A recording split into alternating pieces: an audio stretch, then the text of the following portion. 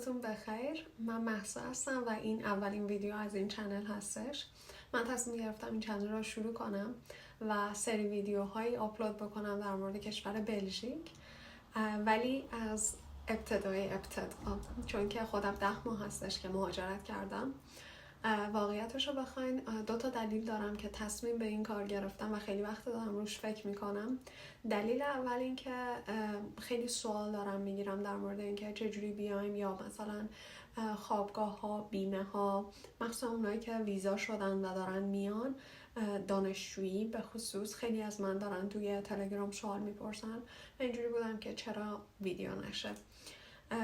و دلیل دوم که یه جورایی مربوط به این همینه و برمیگرده به سال 2019 اینه که من سال 2019 اولین بار به ترکیه مهاجرت کردم و تا سال 2025 ترکیه بودم و اون زمان هم دقیقا همین پروسه بود، اینکه خیلی از دوستان، آشنایان و حتی غریبه وقتی که میدونستن من ترکیه هم با ویزای کاری هستم، خیلی در مورد من، در مورد شرایط، در مورد حقوق، چجوری مثلا کارفرما پیدا کنیم، چجوری چالش مایزنه بگیریم، خیلی سوال میکردم و من اشتباهی که کردم این بود که تک به تک جدا جدا جواب میدادم.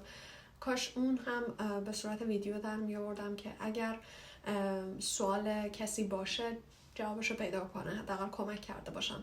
و من نمیخوام این اشتباهو در مورد بلژیک بکنم، چون توی یوتیوب الان اطلاعات در مورد ترکیه خیلی زیاد شده، به وفور میتونین شما قشنگ ببینین که همه دارن اطلاع رسانی میکنن، ولی در مورد بلژیک یه ذره کمتره و میتونم بگم زیاد نیستش اصلا.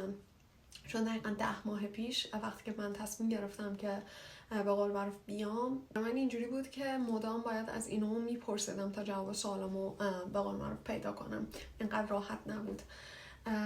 بعدش دلیل دیگرش دلیل شخصی هستش، به خاطر اینکه بعضی وقتا نمیدونم بر شما هم پیش میاد یا نه، بعضی وقتا اینجوری هستی که احساس ناکافی بودن میگیری، احساس میکنی که اشتباه اومدی، یا مثلا یه سری کارها رو نباید انجام میدادی یا یه سری کارها رو باید انجام میدادی و انجام ندادی و این خیلی حس بدیه. و وقتی من این حس رو پیدا میکنم اینجوری هم که بیشتر با خودم فکر میکنم، با عقل میگم مثلا شما داری با عقل الانت داری به این نتایج رسیدی، با اینکه اون زمان شما این دید وسیع رو نداشتی، این تجربه رو نداشتی و یا اصلا شرایطت شرایطی نبود که بخوای این تصمیم دیگه‌ای بگیری. در نتیجه یه خورده از اون بلیم کردن خودم دست برمیدارم، یه خورده مثلا منطقی تر بهش فکر میکنم، ولی چه بسا که اگر پروسه همه این سختی ها رو به نظرم اگه ریکورد بکنم بعداً نگاه کنی، یه شیرینی خاصی داره که به خودت میگی که دختر قشنگ تو از چه راههایی عبور کردی، چه سختی‌هایی پشت سر گذاشتی و چقدر تلاش کردی. حالا دلیل نیست که شما به جاهای خیلی خیلی بالایی نرسیدی، دلیل این نمیشه که شما کم کاری کردی، نه اینجوری نیست و یه خورده از اون مقایسه کردن خودت با بقیه دست برمیداری و آلبوم قشنگی میشه به نظر من از اینکه چی کارا کردم کلا تو زندگیم، به خاطر اینکه دیگه مثل قبل نیست که عکس پرینت کنیم و خاطره ها بمونه، فقط این کامراست و به قول معروف گالری مونه، پس چه بسا بهتره که آپلود بشه جایی. ولی تصمیم گرفتم کلا محتوای این پیج در رابطه با بلژیک باشه و خیلی خیلی به محتوا فکر کردم. یه لیست خیلی بلند بالا تهیه کردم که تقریبا 1 ماه بهش فکر کردم، به چیزهایی که قبل اومدن نیاز دارین، اطلاعاتی که قبل اومدن نیاز دارین، مثلا چجوری به ویزا اپلای کنم یا چجوری اصلا دانشگاه پیدا کنم، مدارکی که برای دانشگاه نیازه، مدارکی که برای ویزا نیازه، چجوری به ویزا اپلای کنم، هزینه دوفی چنده. وای بحث دوفی، اونایی که توی پروسه هستن میدونن چقدر چیز استرسزایی هستش و من کسی بودم که ویزاش رفت دوفی. مثلا اینکه چه ویزاهایی میره دوفی، چجوری چکش کنیم، چقدر احتمال اینکه ویزا بشیم بعد دوفی هستش، بعد ارزم به حضورتون هزینه بلاک اکانت رو چجوری پرداخت بکنیم، کی برای خوابگاه اپلای کنیم، کدوم خوابگاه بهتره. الان این سوال داغه، یعنی کدوم خوابگاه بهتره. ویدیویی درست میکنم از اینکه این خوابگاهی که من هستم رو نشون بدم، خوابگاهی که دوستام هستن رو نشون بدم، فرقاشون چیه، کدوم بهتره کدوم نه. بعدش عرضم به حضورتون به فرض که شما حالا همه این پروسه های نفسگیر رو پاس کردین و ویزا شدین و میخواین که بیاین بلژیک و تازه میخواین سختی ها رو بچشین، چجوری مثلا ثبت آدرس بکنین، چجوری کارت اقامت بگیرین، چجوری کارت تخفیف حمل و نقل دانشجویی بگیرین. عرضم به حضورتون دیگه چی لیست کردم، مثلا اینکه چجوری گواهینامه‌مون رو تبدیل کنیم. مثلا من خودم 2 هفته پیش تونستم گواهینامه‌مو بگیرم.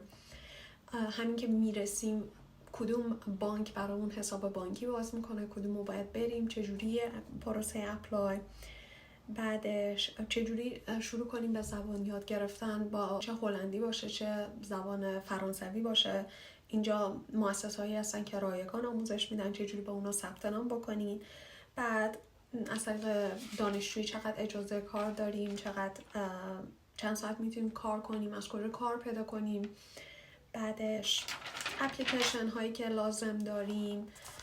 بعد عرضم به حضورتون بیمه خیلی مهمه و سوالی که الان خیلی از من دارن میپرسن و من بهشون میگم که تو تله این تبلیغات نیافتین. هر کسی که شما رو پوش کرد که فلان کارو بکنین دلیل نمیشه که حتما درسته و شما باید اون کار رو انجام بدین. حداقل مثل ما به قول معروف پولتون نره. در مورد بیمه چیا رو کاور میکنه، بیمه اضافه تر بگیریم نگیریم، دندان پزشک به چه صورته، هزینه های دندان پزشکی و اینکه رسیدین سیم کارت کدوم بهتر، از کجا سیم کارت بگیریم و خیلی خیلی سوال های دیگه که میدونم تو ذهنتون هستش اگر که تو پروسه اپلای به بلژیک هستین و یا already ویزا شدین.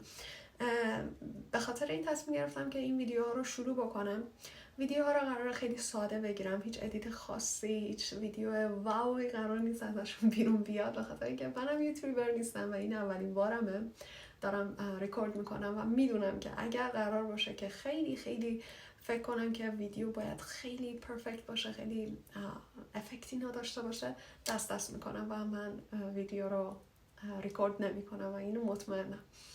در نتیجه خودم سختگیری نمیکنم که بتونم فقط ویدیوها رو آپلود بکنم که مفید واقع بشه به اونایی که واقعا نیاز دارن که جواب سوالاشون رو بگیرن. همونجوری که گفتم لیست بلند بالایی تهیه کردم و خیلی وقت دارم در مورد موضوع این چنل فکر میکنم که چیا رو باید، ولی اگر که شما سوالی تو ذهنتون هستش و میخواین جواب سوال رو بگیرین و احساس میکنین که من جواب اون سوال رو میتونم داشته باشم و براتون شیر کنم، حتما تو قسمت کامنت برام بنویسین و من ببینمش. نمیدونم، واقعا اولین بار این کار رو دارم میکنم. تو کامنت ببینم اونجا جوابتون رو بدم یا تاپیک ویدیو بعدیمون باشه.